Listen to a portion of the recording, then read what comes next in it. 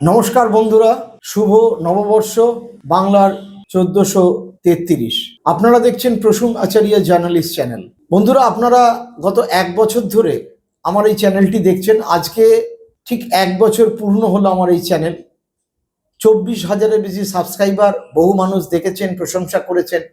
আমি আপনাদের কাছে অনেক ধন্যবাদ জানাই এবং আমি কৃতজ্ঞ আপনাদের কাছে এই কারণে যে আপনারা সাবস্ক্রাইব করেছেন, লাইক করেছেন, শেয়ার করেছেন, বিভিন্ন সময় পরামর্শ দিয়ে আমাকে উপকার করেছেন, যাতে আমি আমার ভুলগুলো সংশোধন করে নতুনভাবে এগিয়ে যেতে পারি।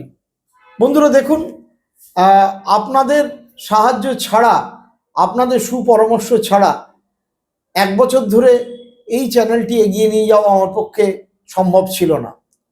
কারণ আমি চিরকাল প্রিন্ট মিডিয়ায় থেকেছি, কোনো কাল কোনো ভিজুয়াল মিডিয়া বা ডিজিটাল মিডিয়ায় কাজ করিনি। সেই ক্ষেত্রে এটা একেবারেই নতুন উদ্যোগ। আমি আপনাদের কাছে আবেদন করব, আপনারা যারা আমার এই চ্যানেলটি দেখছেন তারা অবশ্যই সাবস্ক্রাইব করবেন, তার সাথে বেল আইকনে ক্লিক করবেন, যাতে ভিডিওটি আপলোড হওয়ার সাথে সাথে আপনারা দেখতে পান। সেই সঙ্গে আপনারা শেয়ার করবেন, লাইক করবেন এবং কমেন্ট করবেন। প্রথম 1-2 ঘন্টা ভিডিওর পক্ষে খুব গুরুত্বপূর্ণ। ওই সময় যদি লাইক বাটনে ক্লিক করেন তবে ভিডিওটি বেশি মানুষের কাছে যাবে। এবার আসি আজকের আলোচনার প্রসঙ্গে, যেটা নিয়ে পশ্চিমবঙ্গের মানুষ তো বটেই, ভারতের মানুষও আলোচনা করছে। সেটা হচ্ছে পশ্চিমবঙ্গে শূন্য হয়ে যাওয়া কংগ্রেস কি কিছুটা অক্সিজেন পাবে। গতকাল আপনারা জানেন কংগ্রেসের অন্যতম নেতা, লোকসভার বিরোধী দলনেতা রাহুল গান্ধী এসেছিলেন। তিনি উত্তর দিনাজপুরের রায়গঞ্জে, মালদার চাচলে এবং মুর্শিদাবাদের শামশেরগঞ্জে 3টি সভা করেন। সবাই লোক হয়েছিল মাঝারি, কিন্তু রাহুল গান্ধীর যে আবেদন রেখেছেন এবং তিনি একই সঙ্গে নরেন্দ্র মোদীকে এপস্টিন ফাইল থেকে শুরু করে আদানির সঙ্গে তার যোগাযোগ, কিভাবে কৃষিতে সাধারণ মানুষ মার খাচ্ছে, কিভাবে দুর্নীতি হচ্ছে, কিভাবে সাধারণ মানুষের স্বার্থ উপেক্ষা করছে নরেন্দ্র মোদী সরকার, এবং তার সাথে ধর্মীয় বিভাজন, হিন্দু মুসলিম হিন্দু মুসলিম হিন্দু মুসলিম করে এক ঘৃণার বাতাবরণ তৈরি করছে, সেটা তিনি 3টি সভাতেই তুলে ধরেছেন। 3টি সভা এই কারণেই গুরুত্বপূর্ণ, এই 3টে জেলা প্রিডমিনেন্টলি কংগ্রেসের জেলা হিসেবে পরিচিত ছিল। মালদা জেলা, যেখানে মুসলিম শতাংশ 55-র ওপরে; মুর্শিদাবাদ জেলা, যেখানে মুসলিমদের পার্সেন্টেজ লাস্ট সেন্সাস অনুযায়ী 67%-এর বেশি; এছাড়া নর্থ দিনাজপুর, সেখানেও মুসলিমরাই সংখ্যাগুরু। কিন্তু এই 3টে জেলাতেই আমরা লক্ষ্য করেছি লক্ষ লক্ষ মানুষের নাম কাটা গিয়েছে। প্রায় ভোটার তালিকায় অর্ধেকের মতো মানুষের নাম কাটা গেছে এবং অ্যাডজুডিকেশনে যারা ছিল তাদের মধ্যেও সিংহভাগ মানুষের নাম বাদ গেছে। বিশেষ করে মোথাবাড়ি, বিশেষ করে মানিকচক, বিশেষ করে সুজাপুর এবং অন্যান্য অংশে ফারাক্কা, শামশেরগঞ্জ, রঘুনাথগঞ্জ মুর্শিদাবাদ জেলার, এছাড়া উত্তর দিনাজপুরে তো রয়েছে। যেভাবে আম্বানি, আদানি, মোদি এদের বিরুদ্ধে সরব হয়েছেন, রাহুল গান্ধী ঠিক সেইভাবেই তৃণমূলের বিরুদ্ধে সরব হয়েছেন। तृणमूल कांग्रेस भी भ्रष्टाचार की रेस में कम नहीं है। बंगाल में बीजेपी को मौका कौन दे रहा है? तृणमूल कांग्रेस दे रही है। बीजेपी बंगाल को पैसा नहीं देती है। 2 लाख करोड़ रुपए बीजेपी ने बंगाल को नहीं दिए। मनरेगा का पैसा काट दिया। बंगाल के लिए यूनियन बजट में कोई प्रोजेक्ट नहीं दिए और फिर एसआईआर के माध्यम से लोकतंत्र पर आक्रमण कर रहे हैं। मगर तृणमूल कांग्रेस भी अपने काम में लगी हुई है, वो भी बंगाल के लिए काम नहीं कर रही है। अगर नरेंद्र मोदी जी भ्रष्ट हैं तो तृणमूल कांग्रेस भी भ्रष्टाचार की रेस में कम नहीं है। Sharda chit fund scam, 17 lakh investors का पैसा, 1900 करोड़ रुपए उनको वापस नहीं दिया। Rose Valley chit fund scam, 31 lakh investors का पैसा लिया, 6,600 करोड़ रुपए अभी तक वापस नहीं दिए। Coal smuggling scam, illegal mining, transport, goonda tax collection होता है यहां पे ट्रांसपोर्टर्स और परचेजर से, और यहां पे बंगाल की जनता का फायदा नहीं होता है। यहां पे सिर्फ तृणमूल कांग्रेस का जो सिंडिकेट है उसको ये 24 घंटा पैसा देते रहते हैं। তিনি তৃণমূলের দুর্নীতি, চিটফান্ড কেলেঙ্কারি, এখানে মানুষের কাজ না পাওয়া, আরজি করের প্রসঙ্গ তুলে এনেছেন, বালি চুরি, কয়লা চুরি প্রসঙ্গ তুলে এনেছেন, নারদা সারদার কথা তুলে এনেছেন। তার মূল লক্ষ্যটা কিন্তু অদ্ভুতভাবে যা ছিল সেটা হচ্ছে তৃণমূলের যে ভোট ব্যাংক গত বিধানসভা ইলেকশনে ছিল, যেটা কিছুটা হড়কে গেছিল লোকসভাতে কংগ্রেস যেটা রিগেন করেছিল, সেই রিগেন অংশটাকে ফিরে পাওয়া। এবার আমরা আলোচনা করব যে আলটিমেটলি রাহুল গান্ধী যে সভা করলেন তাতে কংগ্রেস কতটা ইম্পেটাস পেল, কংগ্রেসের কি ফলাফল হতে পারে সেই নিয়ে। আমি রাহুল গান্ধীর আশা, তার পরবর্তীকালের মিটিং এবং তারপরে বিস্তারিতভাবে কংগ্রেস নেতৃত্ব এবং জেলার সাংবাদিকদের কাছে বা অন্যান্য অংশের কাছ থেকে বা বিরোধী নেতৃত্বের কাছ থেকে, তৃণমূলের যারা ওই জেলার দায়িত্বে আছে, মুর্শিদাবাদের দায়িত্বে আছে এবং লেফটের কাছ থেকেও খোঁজ খবর নিয়ে বিস্তারিতভাবে যেটুকুনি বুঝতে পেরেছি আজকে আপনাদের সামনে সেটাই আমি তুলে ধরতে চাই। দেখুন, কংগ্রেস নেতৃত্ব এইবার 294টি আসনে প্রার্থী দিলেও তাদের মূল আশা ভরসার স্থল কিন্তু এই 3টে জেলা।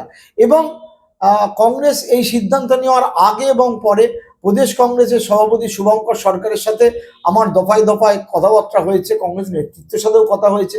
তারা একটা কথা বারবার বলছিলেন যে আমরা শূন্য ছিলাম এবং সিপিএম মনে করতো তাদের লেজুর, আমরা শূন্যর গেরো থেকে বেরোতে চাই এবং বেরোতে পারবো। গত লোকসভা ভোটের যে নিরিখ, তাতে যদি আমরা ফলাফল বিশ্লেষণ করি, যদিও সেখানে কংগ্রেস এবং বামের জোট হয়েছিল 2024 সালে, কিন্তু কংগ্রেস এগিয়েছিল 11টি আসনে, লেফট এগিয়েছিল মাত্র 1টি আসনে। এইটা ভরসাস্থল। এবং কংগ্রেসের যে সাবেক মুসলিম ভোট ব্যাংক, যেটা মালদা এবং মুর্শিদাবাদ জেলায় রয়েছে এবং নর্থ দিনাজপুরেও যেটা রয়েছিল প্রিয়রঞ্জন দাসমুন্সি বেঁচে থাকাকালীন, সেইটাকে যদি তারা কিছুটা পুনরুদ্ধার করতে পারে। আপনারা জানেন লালুবাবুর মৃত্যু হয়েছে, ঈশা খান এখন সাংসদ, মৌসম বেনজির নূর তিনি ফিরে এসছেন তৃণমূল থেকে আবার কংগ্রেসে, তিনি প্রার্থী হয়েছেন মালতীপুরে। এবং অধীর চৌধুরী, যিনি বহরমপুরে লিড পেয়েছিলেন, গত নির্বাচনে কিন্তু হেরে গেছিলেন ইউসুফ পাঠানের কাছে, তিনি নিজে এতবারের সাংসদ, এবার বিধানসভা ভোটে দাঁড়িয়েছেন। সব মিলিয়ে একেবারে জমজমাট পরিস্থিতি কংগ্রেসের। তাহলে আলটিমেটলি কি দাঁড়াবে? রাহুল গান্ধী কি এলেন এবং এরপরে যেটা বড় কথা হচ্ছে, রাহুল গান্ধী 3টি সবার পরেই কিন্তু কংগ্রেস ছেড়ে দিচ্ছে না। এরপর প্রিয়াঙ্কা গান্ধী আসছেন, পার্লামেন্টে মহিলা বিল নিয়ে আলোচনার পরেই সম্ভবত 20শে এপ্রিল প্রিয়াঙ্কা গান্ধী এসে সভা করবেন সুজাপুর এবং চাঁচলে তারা এই কারণেই বেছে নিয়েছেন যে চাঁচলে সভা করা মাত্রই চাঁচলকে কেন্দ্র করে হরিশ্চন্দ্রপুর, মালতীপুর, রতুয়া ইত্যাদি যে আসনগুলো, সেই আসনগুলোই কিন্তু একটা ইম্পেটাস তৈরি হয়েছে। আমরা যদি গত লোকসভার ভোটের কিছুটা বিশ্লেষণে যাই তাহলেই বুঝতে পারবো যে রাহুল গান্ধীর এই সভা এবং আলটিমেটলি কোন জায়গায় কংগ্রেস যেতে পারে সেইটা নিয়ে আমরা যদি একটু আলোচনা করি। দেখুন, এই ক্ষেত্রে কংগ্রেস উত্তর দিনাজপুর, একদম উত্তর থেকে আলোচনা করি। উত্তর দিনাজপুরে কংগ্রেস বাম জোট হয়েছিল এবং ভিক্টর দাঁড়িয়েছিলেন কংগ্রেসের প্রার্থী হিসেবে রায়গঞ্জ আসনে। সেখানে চাকুলিয়া আসনে ভিক্টর হাজারখানেক ভোটে এগিয়েছিলেন বিজেপির প্রার্থীর কাছ থেকে। গোয়ালপুকুরেও তাদের লিড ছিল, কিন্তু গোয়ালপুকুর আমি ধরে নিতে পারি আসনটি সিপিএম এর প্রভাব বেশি, যে কারণে গোলাম রব্বানী আছেন তৃণমূলের, ফলে তাদের ওই আসন জেতার সম্ভাবনা কম। এর মিটিং হয়েছিল রাহুল গান্ধীর কোথায় না আপনাদের রায়গঞ্জ স্টেডিয়ামে, যে স্টেডিয়াম প্রিয়রঞ্জন দাসমুন্সি করেছিলেন। সেখানে মীর ছিলেন, সেখানে দীপা দাসমুন্সি ছিলেন এবং ওই কেন্দ্রে মিটিং করলে তার প্রভাব কিন্তু উত্তর দিনাজপুরেও যেরকম যায়, সেরকম মালদার উত্তর অংশেরও একটা বড় পরিমাণ জায়গায় কিন্তু প্রভাব পড়ে। ফলে রাহুল গান্ধী যে কথাটা বলেছেন তাতে তাদের যে উইনেবল সিট, অর্থাৎ যে আসনগুলো তারা জেতার কথা ভাবছে, যেরকম চাকুলিয়াতে ভিক্টর খুব ভালো ফাইটের মধ্যে রয়েছেন, আমি বলতেই বাধ্য হচ্ছি। গোয়ালপুকুরেও তাদের ক্যান্ডিডেট ভালো দিয়েছে কংগ্রেস, কিন্তু গোয়ালপুকুর সিটটা আলটিমেটলি হয়তো ভোট ভাগাভাগিতে গোলাম রব্বানী আছেন তৃণমূলের দিকে ঝুঁকে যেতে পারে। কিন্তু এরপর যদি আমরা একেবারে লোকসভা ভোটের বিশ্লেষণ করি তাহলে আমরা দেখব যে লোকসভা ভোটের নিরিখে কংগ্রেস কিন্তু অদ্ভুতভাবে 6টি আসনে মালদা জেলার এগিয়েছিল। এবং এই ক্ষেত্রে এই যে আমরা আসনগুলো বলি তাহলে আপনারা বুঝতে পারবেন, চাঁচল যেখানে রাহুল গান্ধী সভা করেছিলেন, হরিশ্চন্দ্রপুর মালতীপুর, রতুয়া, যেখান থেকে সমরবাবু এই ৮০ বছর বয়সেও তৃণমূলের সমর মুখোপাধ্যায় ক্যান্ডিডেট হয়েছে, তার সাথে মোথাবাড়ি এবং সুজাপুর, এই 6টা কেন্দ্রে কিন্তু কংগ্রেস এগিয়েছিল এই লোকসভা ভোটের নিরিখে। দেখুন, লোকসভা ভোট আলাদা, বিধানসভার ভোট আলাদা, তা সত্ত্বেও যদি আমি লোকসভা ভোটের নিরিখেই বিশ্লেষণ করি, এবং এখন এসআইআর এর নাম, বহু নাম বাদ গেছে, অর্ধেক হয়ে গেছে, আমি এসআইআর এর বিশ্লেষণটা এখানে কিছুটা সরিয়ে রাখি, তা সত্ত্বেও আমি বলবো যে এবার মালতীপুরে মৌসুম দাঁড়ানোতে, এবং মালতীপুরে টিএমসির থেকে 16,000 লিড ছিল, বুঝতেই পারছেন বিজেপি ওখানে 16,000 মানে লিডের নিচে থার্ড পজিশনে ছিল, অর্থাৎ মুসলিম ভোট যদি কংগ্রেসের দিকে শিফট করে যায় তাহলে মালতীপুর সিটটা কিন্তু আমাদের মৌসুম বেনজির নূর তিনি জিতে যেতে পারেন। রতুয়া এই আরেকটি কেন্দ্র যেখানে 30,000 ভোটে কংগ্রেসের লিড ছিল। দেখুন, রতুয়া আসনে আলটিমেটলি কি হবে আমি বলতে পারবো না, কিন্তু চাচল, যে চাচলে মাত্র 1,000 লিড ছিল, আসিফ মেহবুব চাচলে বারবার সভা করছেন কেন? কারণ চাচলে এমন একটা অবস্থা হয়েছে, যদি তৃণমূলের ভোট ব্যাংকের মুসলিম ভোট শিফট করে যায় তাহলে কংগ্রেস ওই এক ধাক্কায় চাচল, মালতীপুর, হরিশ্চন্দ্রপুর এবং রতুয়া, এই 4টে কেন্দ্রে কিন্তু কংগ্রেসের একটা পজিটিভ উইনেবল একটা সিচুয়েশন তৈরি হতে পারে। কি হবে আমি জানি না। সুজাপুরে সাবিনা ইয়াসমিন তার নিজের মোথাবাড়ি কেন্দ্র চেঞ্জ করে সুজাপুরে এসে দাঁড়িয়েছেন। আপনারা জানেন যে মোথাবাড়িকে কেন্দ্র করে এমন একটা ঘটনা ঘটেছে, মোথাবাড়িতে যারা অ্যাডজুডিকেশনে বিচারক ছিলেন তাদের গাড়ি আক্রান্ত হয়, যদিও পথ অবরোধ হয়েছিল সুজাপুরে এবং মোথাবাড়িতে, দুটো আলাদা ঘটনা, কিন্তু গোটা ব্যাপারটাকে কেন্দ্র করে যেভাবে এনআইএ নেমেছে, গ্রামে গ্রামে ধরপাকড় হয়েছে, পুরুষ শূন্য হয়ে গেছেন, এবং তৃণমূল নেতৃত্ব তাদের মানুষকে প্রোটেকশন দিতে পারছেন না গ্রামে, সেখানে মানুষের মধ্যে একটা ক্ষোভ কিন্তু রয়েইছে। অটোমেটিক্যালি সুজাপুরে আব্দুল আন্নানের সাথে সাবিনা ইয়াসমিন তৃণমূলের, তিনি মোথাবাড়ি থেকে সিট চেঞ্জ করে এসছেন, এবং সুজাপুর কেন্দ্রটা কিন্তু কংগ্রেসের কাছে ভীষণ পিন পয়েন্টেড। এই যে এরপর প্রিয়াঙ্কা গান্ধী আসছেন, তিনি কিন্তু সুজাপুরেই মিটিং করার কথা এখনো পর্যন্ত ঠিক হয়েছে, তার সাথে চাচলে। ওই একটাই কারণে তারা এই পয়েন্টগুলোকে ভীষণভাবে চিহ্নিত করছেন যে তারা যাতে এই সিটগুলোকে এইবার তার মধ্যে 2টো বা 3টে সিট বার করে নিতে পারেন। বার করে নেওয়ার সম্ভাবনা কি নেই? নিশ্চয়ই আছে।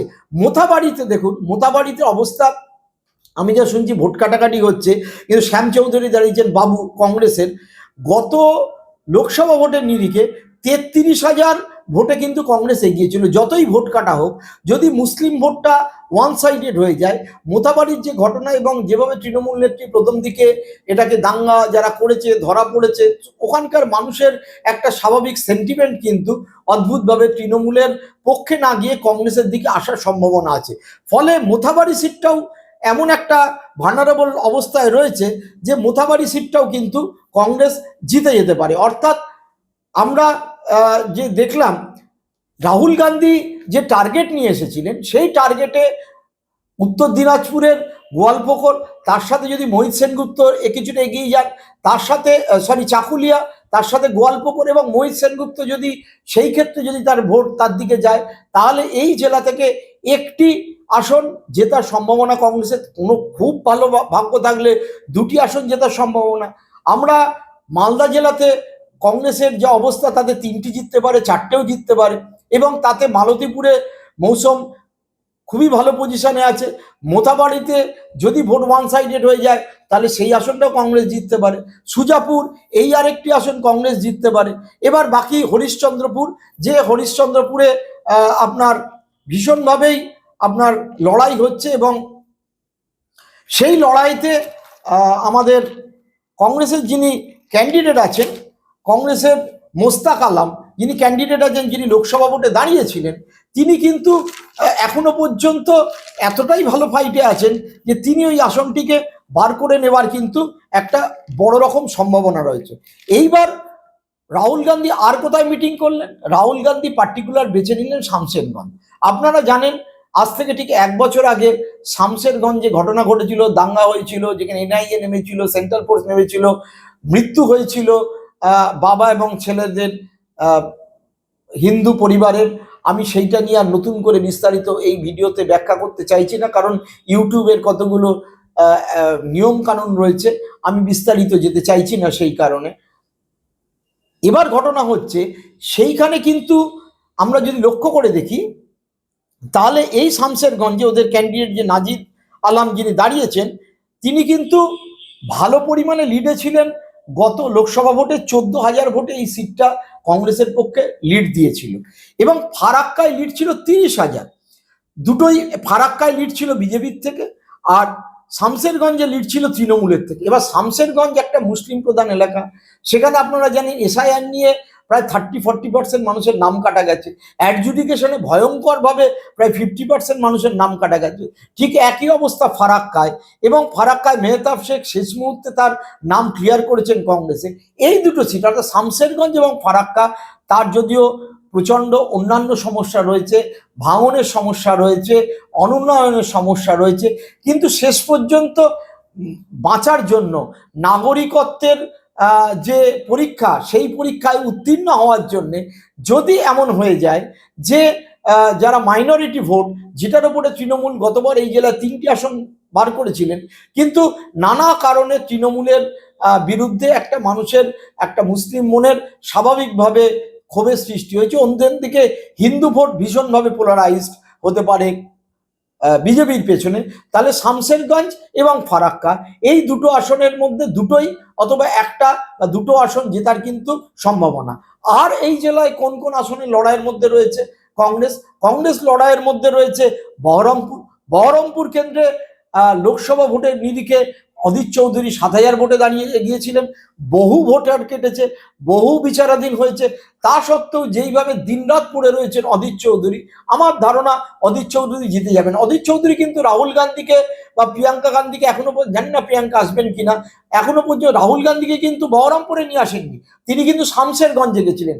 অদিত চৌধুরী গোটা জেলা জুড়ে নেতৃত্ব দিচ্ছেন এবং এই বহরমপুরের পাশাপাশি কংগ্রেসের পক্ষে আরেকটি ভালো আসন বলা যেতে পারে রঘুনাথগঞ্জ। যদিও রঘুনাথগঞ্জেও ভয়ঙ্করভাবে এসআইআরে মাইনরিটি ভোটারদের নাম কাটা গেছে, কিন্তু তা সত্ত্বেও কংগ্রেস মনে করছে যে তারা তৃণমূলের থেকে বেটার অবস্থায় আছে এবং সিটটি তারা বার করলেও করতে পারে, আমার কাছে অন্তত যে ফিডব্যাক আসছে। আরেকটা আসনে কংগ্রেস নেতৃত্ব খুব ভালো লড়াই দিচ্ছে বলতে পারেন, সেটা হচ্ছে সাগরদিঘিতে এর আগে আপনারা জানেন কংগ্রেস বাম জোটের হয়ে বাইরন বিশ্বাস জিতেছিলেন।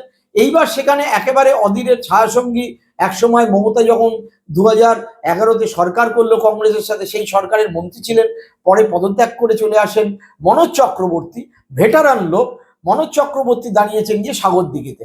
ফাইট হচ্ছে, কি জিতবে কে হারবে বলা যায় না, কিন্তু তাহলে আমরা দেখলাম কি, তাহলে মালদা জেলায় প্রায় 6-7টি আসনে কংগ্রেস ভীষণভাবে লড়াইতে আছে, উত্তর দিনাজপুরে 2টি আসনে কংগ্রেস লড়াইতে রয়েছে, অর্থাৎ 6 আর 2 8। মালদা জেলায় 3টি বা 4টি আসনে কংগ্রেস লড়াইতে রয়েছে। অর্থাৎ রাহুল গান্ধী যে এসছিলেন অত্যন্ত টার্গেটেড হয়েতে, সেই টার্গেটেড হয়েতেই তিনি কংগ্রেসের বিরুদ্ধে, বিজেপির বিরুদ্ধে যেরকম আক্রমণ করেছেন, বিজেপিকে দাঙ্গাকারীর দল, বিভাজনের রাজনীতি এবং আদানির সাথে যুক্ত করে বড়লোকদের সাথে সম্পর্কিত করে যে বক্তব্য রেখেছেন, কারণ মালদা, মুর্শিদাবাদ, দিনাজপুরে এই অঞ্চলের সাধারণ মানুষ অত্যন্ত গরিব, বিড়ি শ্রমিকদের একটা বড় সেকশন, এছাড়া জন্মজুরের কাজ করেন, তো তাদের টার্গেটেড ছিল কিন্তু এই অংশটা। এর বাইরে তিনি যে টার্গেট করেছেন সেটা স্বাভাবিকভাবেই যে মুসলিম মনে নানা কারণে আঘাত লেগেছে, সেই মুসলিম মনের ক্ষতে প্রলেপ দিয়ে তাদের ভোট টানাও কিন্তু রাহুল গান্ধীর উদ্দেশ্য ছিল।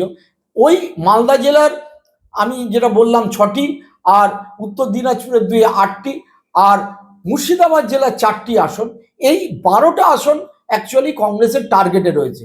এইবার আপনাদের শেষ প্রশ্ন হচ্ছে যে 12টা আসনে তাহলে কংগ্রেস কটি আসন জিততে পারে? এটা মানে কয়েক লক্ষ টাকার প্রশ্ন।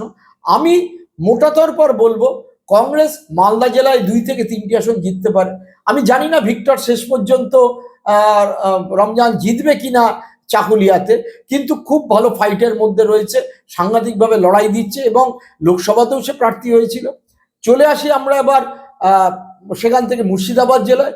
মুর্শিদাবাদ, ফারাক্কা, শামশেরগঞ্জ, বহরমপুর, এই 3টে সিট কিন্তু কংগ্রেস বার করতে পারে। অর্থাৎ সামগ্রিকভাবে যদি আমরা একটা গড়পড়তা হিসেব করি, তাহলে যেখানে কংগ্রেস সিপিএম এর সাথে জোট করে শূন্য ছিল, সেই শূন্যর গেরো টপকে কংগ্রেস 6টি 7টি পর্যন্ত আসন জিততে পারে।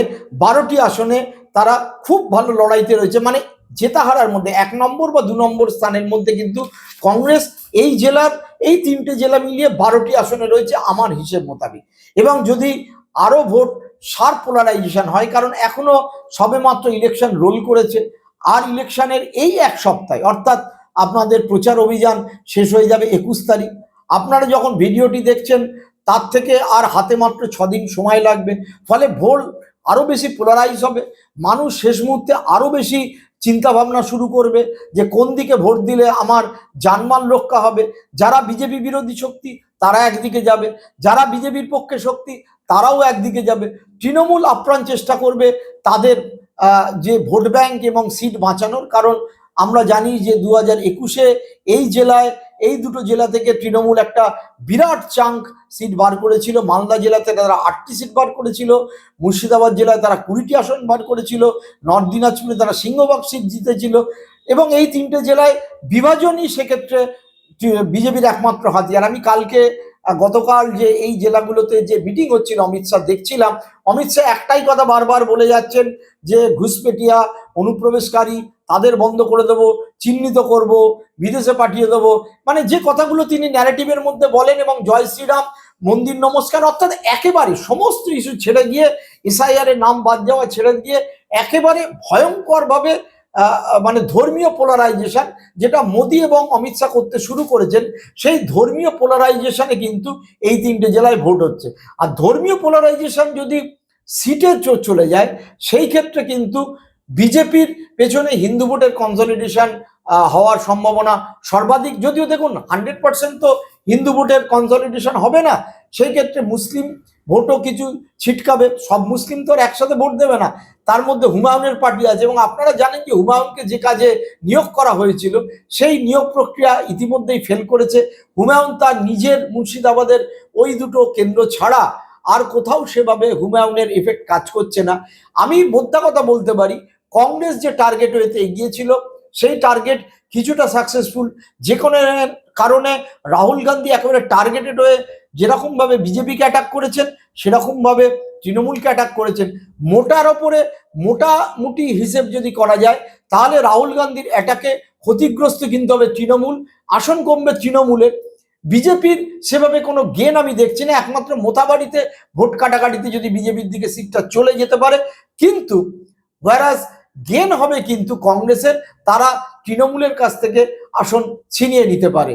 তাহলে প্রথম কথা হচ্ছে, এক, কংগ্রেস তাদের শূন্যর গেরো কাটিয়ে দিতে পারবে রাহুল গান্ধীর, এটা ধারণা। প্রদেশ কংগ্রেস নেতৃত্বের সাথে আমার কথা বলে মনে হয়েছে, বা যারা গেছেন বা গ্রাউন্ডে যারা কাজ করছেন সাংবাদিক এবং অন্যান্যরা, যে কংগ্রেস কোনোভাবেই আর শূন্য থাকছে না। যেটা সিপিএম শূন্য থাকবে কি থাকবে না নিয়ে প্রশ্ন আছে, কংগ্রেস সেক্ষেত্রে একদম ওপরে উঠে শূন্যর পাশে 1 বসিয়েছে। এবার 1টা 2 হবে না 5 হবে না 7 হবে, সেইটা নির্ভর করবে আগামী দিনের ভোটিং প্যাটার্নের ওপরে। কিন্তু রাহুল গান্ধী বিহারে 5টি সিট পেয়েছিলেন, নিঃসন্দেহে বলা যায় এই রাজ্যে কংগ্রেসের লক্ষ্যমাত্রা রাহুল গান্ধীরা বেঁধে দিচ্ছেন 5-এর ওপর। এবং সেটা যদি সত্যিই শুভঙ্কর সরকার করে দেখাতে পারেন, তাহলে মার্ভেলাস জব। এবং সবচেয়ে বড় কথা, যেটা এই 3টে ট্র্যাডিশনাল কংগ্রেসের স্ট্রংহোল্ড জায়গায় বিজেপি তৃণমূলের পাশাপাশি কংগ্রেস একটা প্রতিপক্ষ হিসেবে উঠে আসবে, শুধু সিটের ক্ষেত্রে না, ভোটিং পার্সেন্টেজের ক্ষেত্রে, যেটা আগামী দিনকে রাজনৈতিকভাবে তাদের অনেক হাত শক্ত করবে। এবং লোকসভা নির্বাচনে কংগ্রেসের ফলাফল আরো বেটার হবে বলে রাহুল গান্ধীরা মনে করছে। আপনারা এটা জানতে চাইছিলেন যে কংগ্রেসের কি ফল হবে, আমি মোটামুটি তার উপর একটা ব্যাখ্যা করলাম। এরপরে আশা করি আপনারা আমরা একেবারে আবার জেলা স্পেসিফিক বা কেন্দ্র স্পেসিফিক বা ক্যান্ডিডেট স্পেসিফিক রিপোর্টে ফিরে যাব। আপনারা যারা ভিডিওটি দেখছিলেন তাদের অনেক অনেক ধন্যবাদ। লাইক, শেয়ার, কমেন্ট করবেন। নতুন বাংলা বছরে, নববর্ষের সকলকে আবার শুভেচ্ছা জানিয়ে আমার আজকের এপিসোড শেষ করলাম। নমস্কার।